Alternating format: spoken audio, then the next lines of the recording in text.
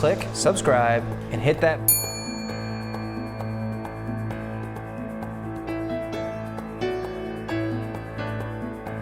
Theology. What is theology? The study of God. So the whole point of reading the Bible is that we can understand God. That's the point. So the technical term is theology, but the principle is that we want to have an understanding. We want to comprehend. We want to have a knowledge of something that is useful. So we are trying to grow in the knowledge of God.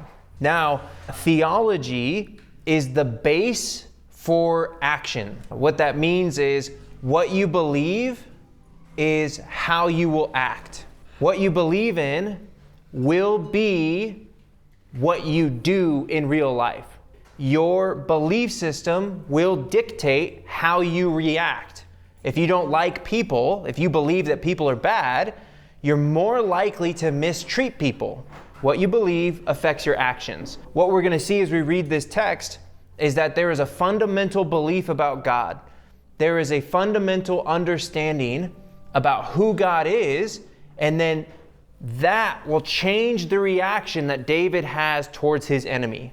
He believes certain things, so he treats his enemy a certain way. That's the whole point. So theology in action is loving your enemies. Let's get a little history here, some context. Over here in Gibeah, David is serving the king of Israel. And while he is serving the king of Israel, the king gets jealous and tries to kill him. So David flees to Ramah, where he talks with Samuel. Then from Ramah, he flees back to Nob, and he picks up some bread. And the priests of Nob end up getting killed because of it. Right? He gets some bread, he gets Goliath's sword. And then from there, he flees to Gath.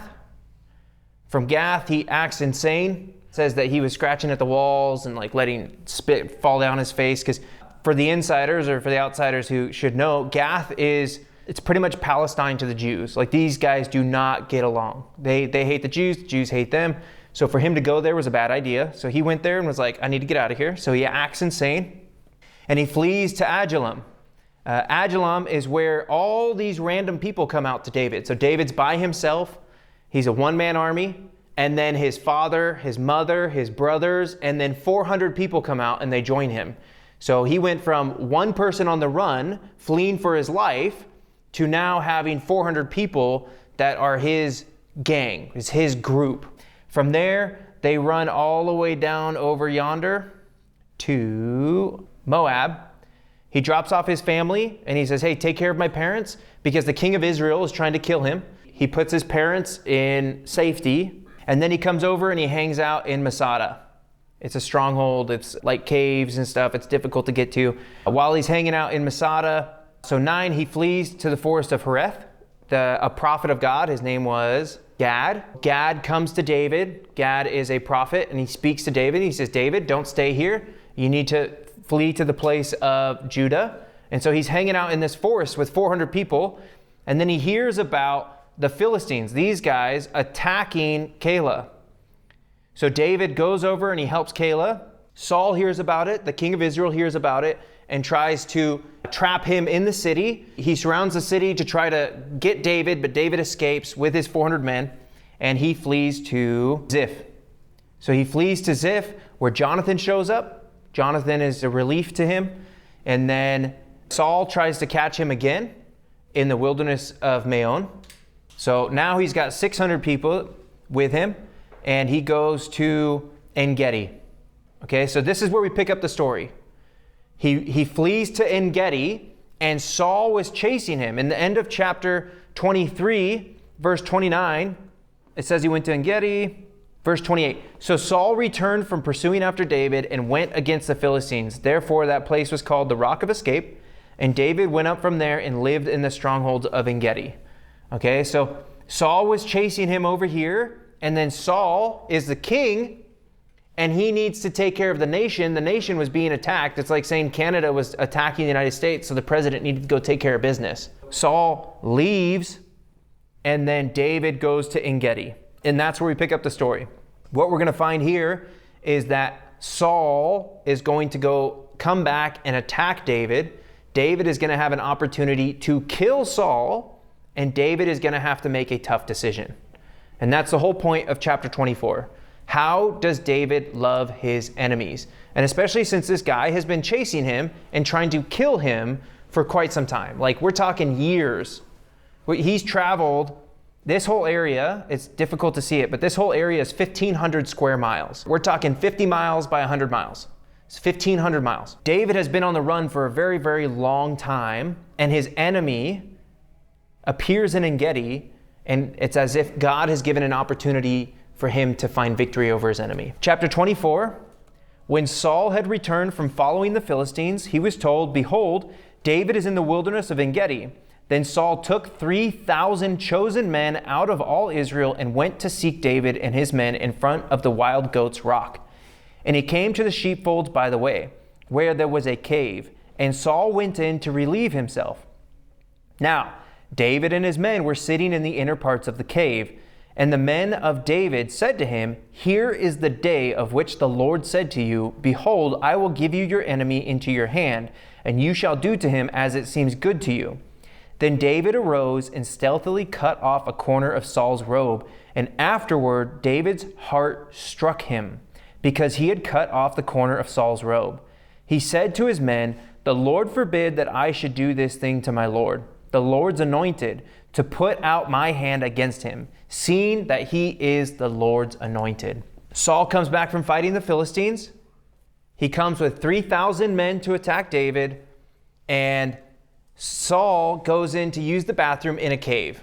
Now, this bathroom stall houses 601 people. That's a pretty crowded bathroom. So Saul doesn't know that these guys are in the cave. The cave is deep, it's long, it's dark, and they're over in the back whispering, or however this scene unfolds. They might be in multiple caves and this big, cave system. But David knows that he's there. His men know that he's there, but Saul doesn't know that they are there. And so Saul goes in to relieve himself, and he takes off his cloak and kind of sets it off on the side. So back in this day, they didn't have like a top and a bottom. They had one long thing. They had an inner garment and an outer garment. So he would have moved his outer garment and then maybe like lifted up the inner garment. It's very becoming of a king. As a side note, before we get too deep into the story, I was at a church one time, and this guy was preaching heresy, like really, really bad stuff. But I'm a pretty patient guy. So I wrote him a letter, and I was like, hey, maybe what you're saying might not be that good. Maybe we should evaluate this and have a conversation. And the heresy was that Jesus wasn't the Christ. He was filled with the Christ Spirit. And so Jesus died on the cross, but the Christ didn't die on the cross. It's very heretical, terrible stuff. But I mean, like everybody put up with it. So I wrote him a letter, and I was like, hey, I disagree with you. I think biblically it's very wrong what you're saying. And I wrote him a letter, and he came back the next Sunday, and he preached on this text. And he preached about Saul going in and using the bathroom. And the way that the old King James talks about men in the Bible is it refers to them as ones who pee on the wall. And the King James word particularly is to pisseth on the wall. When it talks about killing all the men, kill all the men of yada, yada, yada, it says all the ones who pisseth on the wall. It's just a form of language. But this guy took this text about Saul going in to relieve himself, and he sat there and just chewed me up and down. And I'm the only one who knows. Like, I didn't talk to anybody about this letter. And he just ripped me a new one all about Saul going to the bathroom in a cave and how it'll splash back on you and all this different stuff. Be aware, people mishandle the Bible quite a bit. Obviously, this text does not mean what that person meant it to mean. So, verse 4, and the men of David said to him, here is the day of which the Lord said to you, behold, I will give your enemy into your hand, and you shall do to him as it seems good to you. What are they saying to David? So here's his core group of soldiers, these men, these strong, burly dudes, and they come in and they say, David, now's the time. It's time to do what God said. What did God say to David? So step one, God says, I will give your enemy into your hand. I will give you every opportunity to do what? To do whatever you want. So Saul is the king. David was told he would become the king in time. He doesn't know when. But here's the point. We don't know exactly when this conversation took place, but what we know is that at some point, and in my opinion, this is opinion, it's not what it says, in my opinion, Gad the prophet told him this, that God would give your enemy into your hand, and it is your choice to do what seems right to you. And his men are telling him what to do. What do his men want him to do? Slide his finger across his throat. Kill him. They want him to kill him. David's choice is to do what? To cut off a piece of the robe. David chooses to cut a robe instead of cut his throat. Now it's interesting that God gave him the opportunity. His men saw the opportunity, and David chose mercy. He chose not to do it. I think 99% of the universe would not do that. David showed mercy when mercy was not relevant. This guy has been hunting David like a dog. Every single day is what we read in chapter 23. It says that Saul sought him out every single day to kill him. David's life has been a struggle. It's been a nightmare. He's had to put his family in hiding. He's had to flee for his life. And the opportunity came, and he chose to cut a little piece of a robe. I think it's significant to note that the natural inclination to win was gotten rid of. David did not allow himself to seek victory over his enemy that way. So why not? Why did he make that choice to not kill Saul? It's theology. He has a belief about God, and he's going to act on that belief. What we find in verse 5, so David cuts a robe, and then verse 5, afterward David's heart struck him because he cut off a corner of Saul's robe. So his conscience came alive and attacked him. That word for to be struck is literally to be smitten, to be beaten, to be attacked. Talk about a sensitive conscience. So he has a heart attack. He feels wounded. He feels hurt for even touching his robe. And his conscience is that of purity. David is not a man foreign to war. He has shed a lot of blood. He killed Goliath. He's killed hundreds of Philistines. He's not afraid of killing people, but he's afraid of committing sin. So his heart is sensitive to God's will, to God's mind, to God's desire. And that's why he starts in verse 6. He said to his men, "The Lord forbid that I should do this thing to my Lord, the Lord's anointed, to put out my hand against him, seeing that he is the Lord's anointed." What does that mean, the Lord's anointed? Anybody recognize this word? Does that look familiar at all? Mashiach. So that's how it's translated into English from Hebrew. That's the Hebrew word, and that's how it's translated in phonics, what it sounds like. So we say Messiah. I will not touch the Lord's Messiah. Messiah means anointed. Anointed means Messiah. So anointing is to have oil spread over your head. And it carries the idea of being chosen. So this is for the king. This is for the high priest. This is obviously for Jesus because he's the anointed. But it is a title for a person. It just means that this person is God's chosen person. So David's theology says this: if God chose him, it's not my place to do anything to him. He says, it is not good for me, God forbid, that I should strike God's chosen king. He chooses a subservient place under God's will. What's fascinating is God, for all implication, had told him, here's your enemy, do with him as you please, which in most people's mind is kill him. But David knew better.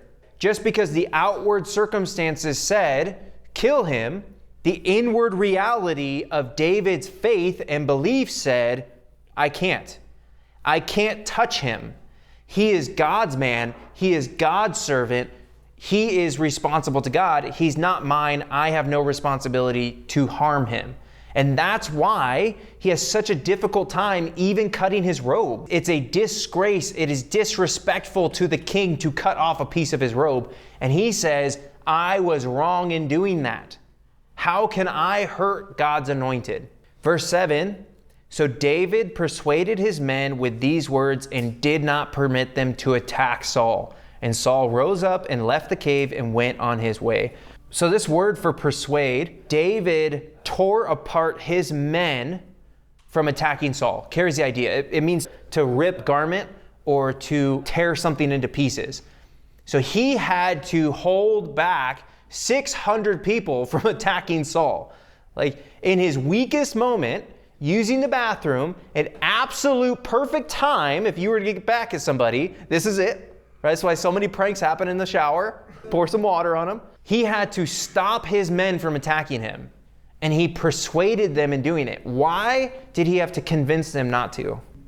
So by killing the king, they believe that David would become king.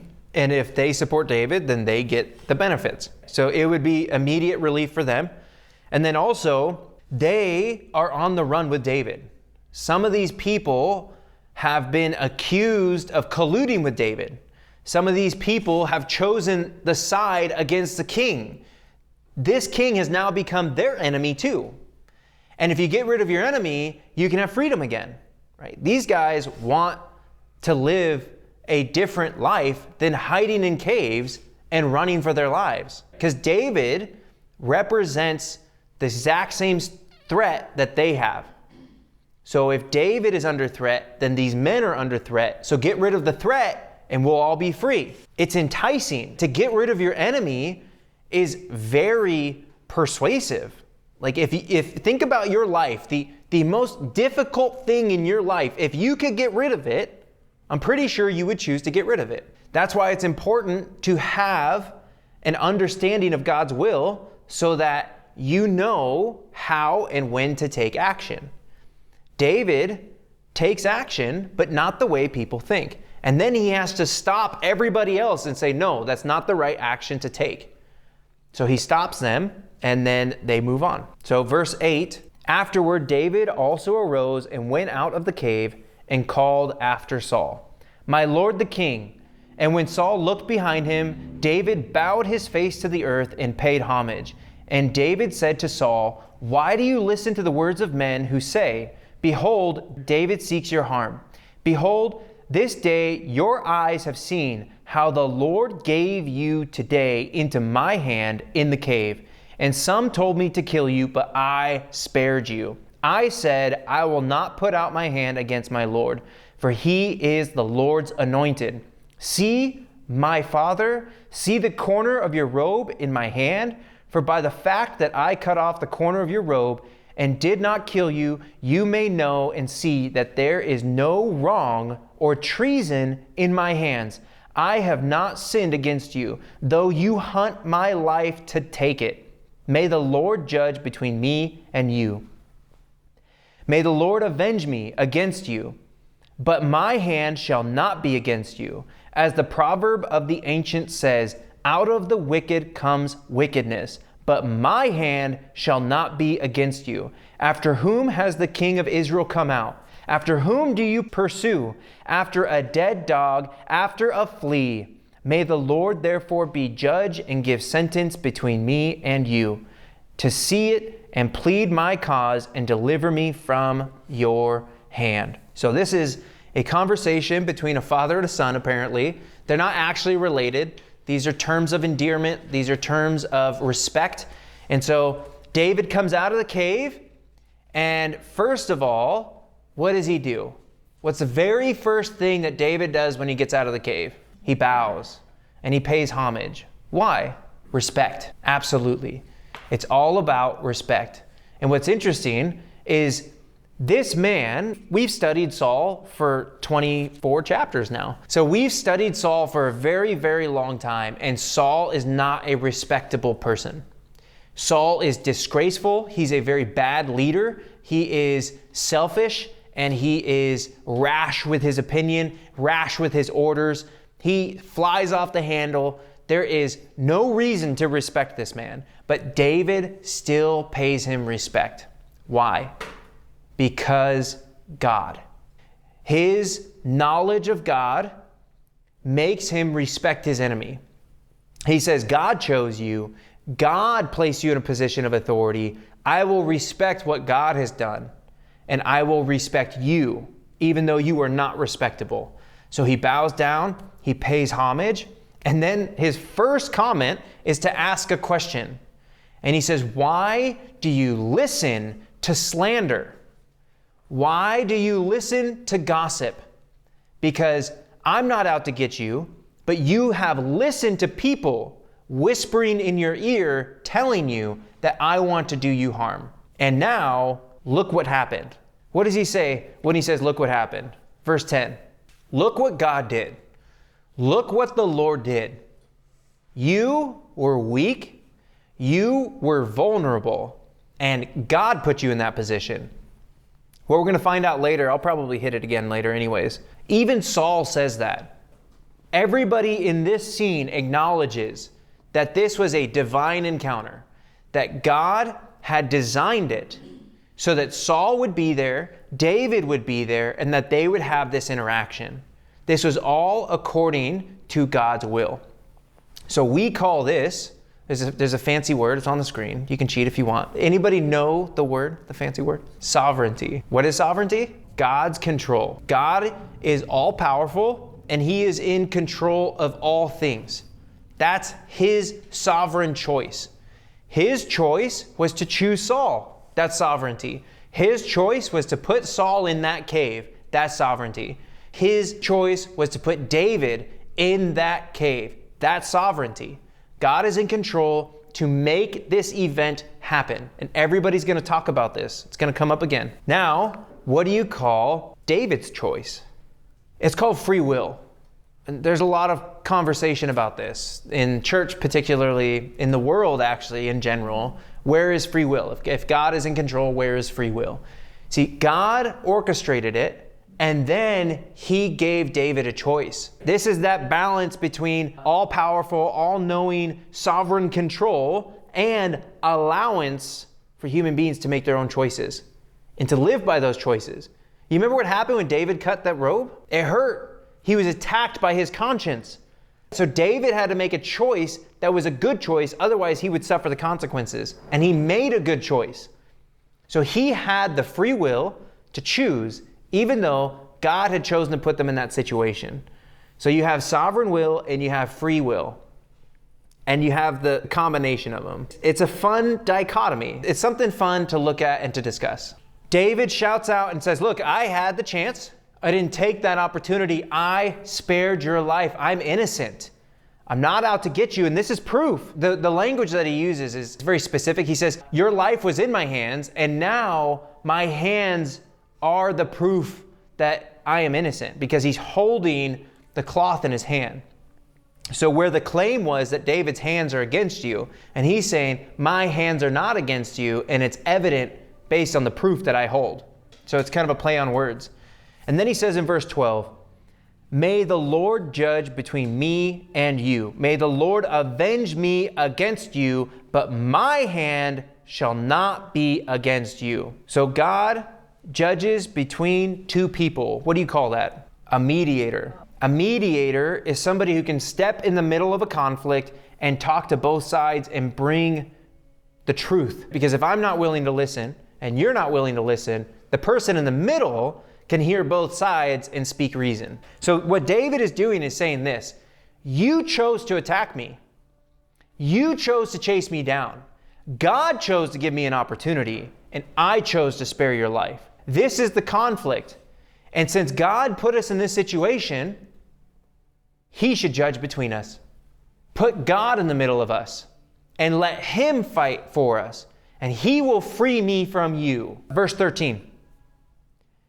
As the proverb of the ancient says, out of the wicked comes wickedness, but my hand shall not be against you. What does that mean?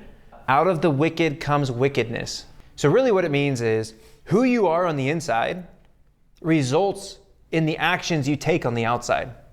If you're wicked on the inside, you do wicked things.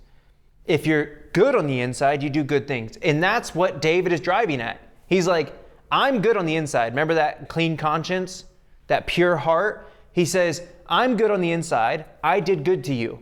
I didn't kill you because I'm not wicked on the inside. But wicked people, they do wicked things. That's the whole point. A sinner is sinning.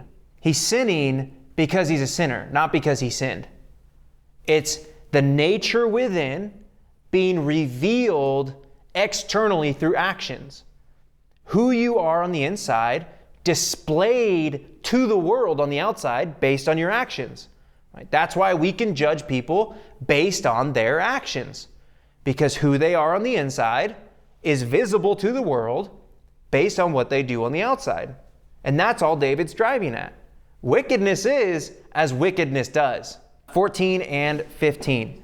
After whom has the king of Israel come out? After whom do you pursue? After a dead dog, after a flea. May the Lord therefore be judge and give sentence between me and you, and see to it and plead my cause and deliver me from your hand. So he calls himself a dead dog and a flea. I exaggerate a little bit and I say he's a flea on a dead dog. Right? I put them together. So this is self-effacing. David literally is just standing up there, bearing his heart, and he says this, who are you looking for? Who are you chasing? I'm nobody. I'm nothing. You don't gain anything by chasing after me. I'm a dead dog. Here's a quick question for you. Do people like dogs in this era? Dogs generally stay outside and they're not domesticated. They're generally out there. They're not really attacking people, but they will bite. Generally like a coyote. A dog is not a desirable thing. Would you want a living dog or a dead dog? So which is worse? A dead dog. David's like, I'm not even a dog. I'm not even looking for scrap. I'm just a dead dog. I am rotting flesh on the side of the road. Like, you want no part of this. In fact, I'm a flea.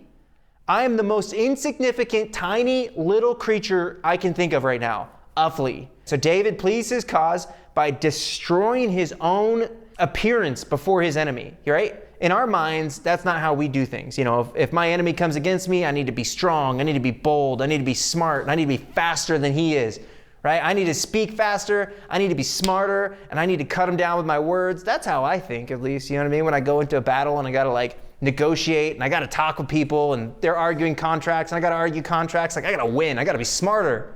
That's not what David does. He humbles himself, and he says, I'm nobody, don't consider me. Can we just get past this? And then he says this, God will judge. God will judge, and he will side with me. I like what he says. He says, God will see to it, and he will plead my cause and deliver me from your hand. He will deliver me from your hand because you're guilty. That's the implication. God will judge, and you will be found guilty, but I'll let him handle that, and he will deliver me, and he'll handle that too. Any questions? That's David's speech. Let's look at Saul's speech. Verse 16. As soon as David had finished speaking these words to Saul, Saul said, is this your voice, my son David? And Saul lifted up his voice and wept. He said to David, you are more righteous than I, for you have repaid me good where I have repaid you evil. And you have declared this day how you have dealt well with me, in that you did not kill me when the Lord put me into your hands. For if a man finds his enemy, will he let him go away safe? So may the Lord reward you with good for what you have done to me this day. And now behold, I know that you shall surely be king, and that the kingdom of Israel shall be established in your hand. Swear to me, therefore, by the Lord, that you will not cut off my offspring after me, and that you will not destroy my name out of my father's house. And David swore this to Saul. Then Saul went home, but David and his men went up to the stronghold. This is a strong turn of events. 3,000 men, an army, the king out to kill you, and then he's crying and he's like, my boy, my baby boy. Saul regrets what he's been doing. Saul regrets that he's been chasing him, and he recognizes David and he says, my son, and he starts to weep. He starts to cry, and he says this, you are more righteous than I am, for you have repaid me good where I have given you evil. In the past, when God told Saul that he was going to replace him with a different king, he said, I will replace him with a neighbor who is better than you. And this is humble pie right here. I like to call it eating crow, where Saul recognizes that David is better. David is more righteous. David has done good for evil. Saul is responsible. He takes responsibility and he says, you are better. And this is an epiphany. This is a moment of enlightenment that Saul has been hiding in his blindness, and he is waking up because of David's choice and because of God's choice. And he says in verse 18, the Lord did this thing. The Lord did it, and you didn't kill me. Back to sovereignty and free will. He's recognizing that, and he says, man, I was at your mercy, and you chose to give me mercy when I didn't deserve it. And that's what's breaking down Saul and kind of changing him and transforming him. In verse 19, he says this, for if a man finds his enemy, will he let him go away safe? It's a rhetorical question. Anybody know what a rhetorical question is? It's a question where the answer is obvious. You don't have to answer it because you know it. If a man finds his enemy, what is he going to do to him? Going to kill him. And you didn't do that. This is supernatural goodness. This is David seeking after God's heart, showing supernatural mercy and love to his enemy. And that broke down Saul, and now he's weeping, and he's like, man, look what you did. How good is God for you sparing my life? And he says, verse 20, and now behold, I know that you shall surely be king, and the kingdom of Israel shall be established in your hand. That had to be really, really tough for Saul. That had to be extraordinarily difficult for him to say, you will be king. Because he knew it. He said it to Jonathan, but he said it in a threatening way. He says, if we don't kill David, he's taking your throne, Jonathan. Jonathan's his son. But here he's talking to David, and he says, you're going to be the king. And you're going to be a good king. And God is going to use you to establish the kingdom of Israel. How good is God for you sparing my life? And he says, verse 20, and now behold, I know that you shall surely be king, and the kingdom of Israel shall be established in your hand. That had to be really, really tough for Saul. That had to be extraordinarily difficult for him to say, you will be king.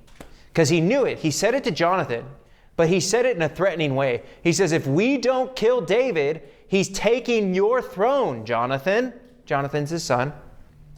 But here he's talking to David, and he says, you're going to be the king.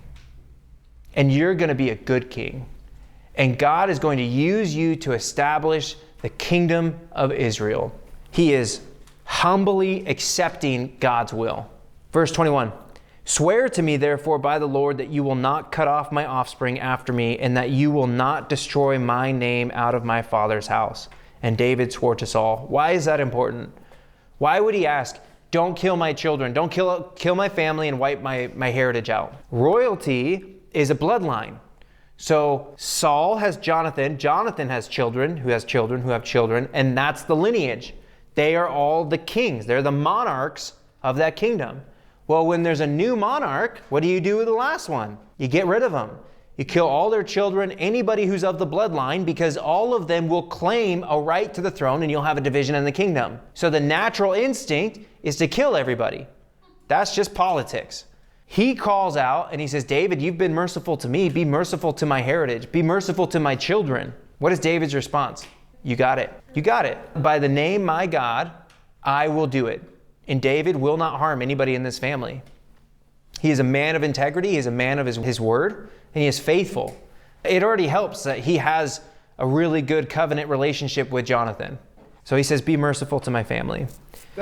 Now what we find in this text is that there's a semblance of Jesus, right? There's an idea of Jesus where Jesus shows mercy to his enemies. Jesus is kind and gracious and merciful, and it brings people to their knees to recognize that he is the true king and he will reign forever and ever and ever. So there's that fun gospel storyline here in this text. Application, how to love your enemies. How to love your enemies. How is it that David could put up with so much stuff? We could go back and recount it. David was attempted to kill by Saul. Saul attempted to kill David twice by spear. And then he ran for his life. A whole tribe got murdered. And then David's been hunted like a dog every day. So in Matthew chapter 5, verse 44, Jesus says, love your enemies and pray for those who persecute you. What is persecution? When people don't like you and do bad things to you. It could be major, it could be minor. They could be murdering you, they could be kidnapping you, or they could just be calling you bad names. Pray for those who persecute you. Love your enemies. That's a very difficult thing to do. So step one is you have to have a very deep, rich theology. You have to know God. You have to know who he is, who his character is, what he's done for us. And then you have to walk in forgiveness. You have to be forgiving, and you have to get rid of bitterness in the heart. Now, the only way to do that is to forgive the way that you've been forgiven. In Romans chapter 5, it says that Jesus died for us. And he died for us when we were his enemies. We were at war with him. And he willingly gave his life for us. He didn't die for the righteous. He died for the unrighteous. And so just as we've been forgiven, just as we've received mercy, we need to give mercy and we need to forgive others. And that root of bitterness is addictive. When you don't like somebody, when you have a hard time with them, you want to feed into that and you want that to cycle through your mind and you want to talk trash. Even if you're not talking trash to other people, you're doing it to yourself.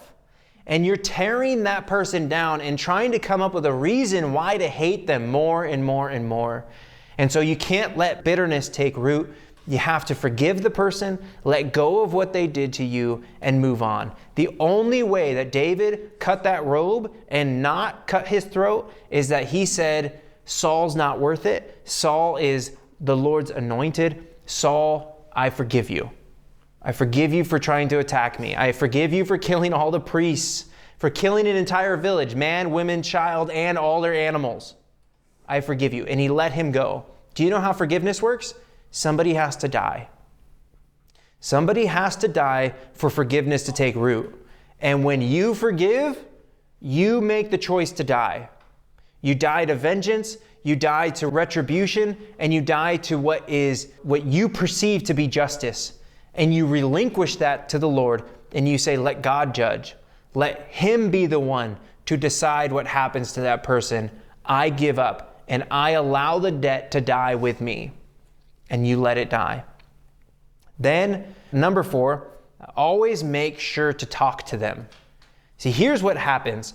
Saul spoke to David and he said this, I'll give you my daughter as a bride. Merab. Anybody remember her? Saul promised David a wife, and then he turned around and gave her to somebody else. That was the last time they spoke.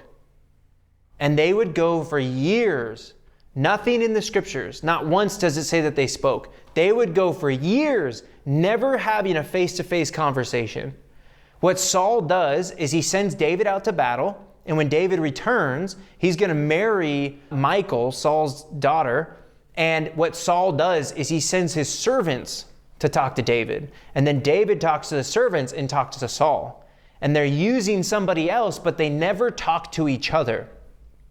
And it goes all the way through the text. We go chapter after chapter after chapter, probably year after year, of these men never talking to each other until we get to that last scene where David comes out and he cries out, and what does he say? Saul, my father, I have spared your life. God gave you into my hand. Let him be the judge between us. And then Saul turns around and he says, my son, I have done you wrong. You are more righteous. You've repaid good for evil. Until they saw each other face to face, Saul demonized David. And he turned David into this great enemy when David was never his enemy. So the only way that you can make people inhuman is to talk about them and not to them. When we are separated from the offended party, or when we are offended and we're separated from the perpetrator, we stew on it, we allow bitterness to enter into our hearts, we demonize them and turn them into something that is not human. And when it's not human, it's okay to kill it. It's okay to desire them to no longer be alive. And I know this personally. I know how this functions. But when you see that person face to face and it clicks, that's a human being created in God's image. You can't harbor that hate anymore because it's not real. We have created an enemy in our mind that is not legitimate. There is legitimate hurt, there's legitimate pain and suffering, but that still remains to be a human being. And by having a voice-to-voice, face-to-face conversation, it snaps back to reality that this is a real human being who has real feelings and real value. Step 1 in church discipline, what Jesus says, he says, if somebody offends you, if you are hurt by somebody, it is your responsibility to go talk to them. Because when you isolate yourself from the person, from the problem, you demonize them and you make them inhuman, and it creates more problems, not solutions. So he says, go talk to them. If they don't listen, bring somebody else. If they still don't listen, take it to the authorities in the church.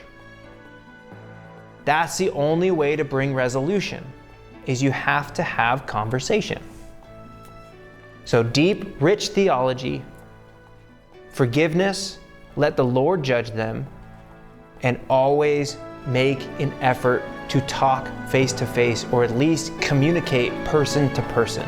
All right, come back next week for 1 Samuel 25. We're going to be talking about anger and disrespect. David has a lesson to learn. And I mean, he's on a high right now, but that's when you got problems. You go really, really high and then you crash pretty hard. So David's going to have a hard time, but he's going to pick up a new wife. It's going to be fun.